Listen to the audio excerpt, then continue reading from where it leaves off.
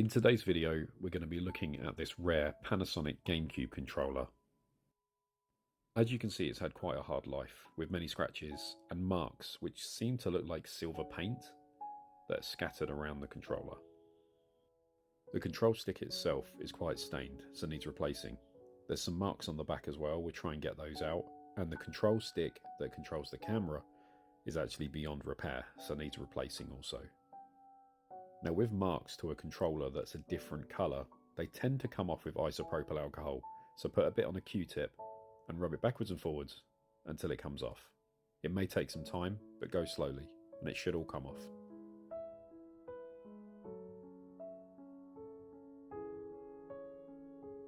That come off really easily. After about 60 seconds it's come off, and as you can see on the tip, it's on there. Now I have to do the rest of them, but I'm going to do that once I've taken the whole thing apart, and then I'm going to replace the sticks. The screws on these controllers are tri-wing screws. As you look, 3 points. But I've never noticed this before. The one that's left on its own is a Phillips head. Was this by mistake, or did someone swap this over? Let me know in the comments. With the top half off, all that you need to do now is clean all the parts. The rubbers themselves, a bit of IPA on the carbon contacts. The sticks are beyond repair. The right one especially is damaged, and you can see there's a lot of flux on the board, but that was from factory and won't cause any problems. Just looks a bit messy inside a control. Pop out the circuit board itself, and underneath you have the 2 triggers. These need disassembling too. With the controller fully apart, you can see how bad the stick was. The rubber's actually peeling off at the side, definitely can't be salvaged. The buttons are all out, ready to be cleaned, as the front and back is. But definitely take off the triggers first. You don't want to clean it with all the metal components inside. Just 2 screws each side and they pop out. Nice and easy. And there's the faceplate, still looking sorry for itself.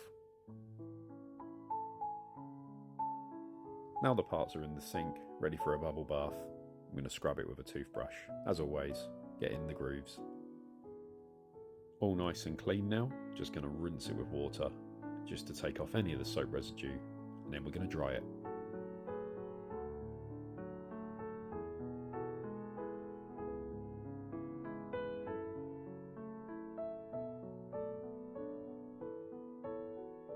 It's looking much better already. All it needs is a coat with some UV spray, and that'll give it a nice shine and protect it from any more sun damage. There are a couple of shiny marks on it, but that's down to the scratching and the damage from before, but it's looking a lot better. With the triggers back in and all the buttons back in place, just have to put the circuit board back in the shell. Now I find with these aftermarket sticks, they're a lot deeper inside where the shaft goes. So you'll find that when you press the stick all the way down, they tend to rub on the casing, which can cause damage to the shell. So I like to get a bit of cotton off the swab, and I stick it inside the hole and I push it down. You don't need a lot, but that tiny bit of cotton will actually give you slight elevation and make it perfect. So just put the cotton inside and push it in with a screwdriver. You can pack it all the way down, but when you push it in place, it will raise up. Now these 2 white sliders are for the triggers. If you don't have them all the way up when you put the back on, they won't line up and they won't work correctly.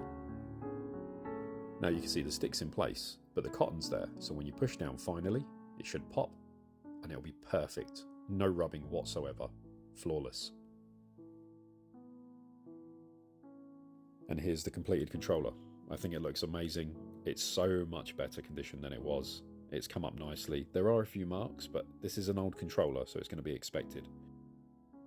I think it's in a condition now that most collectors would be happy with. So thanks for watching the video, and I'll see you in the next one.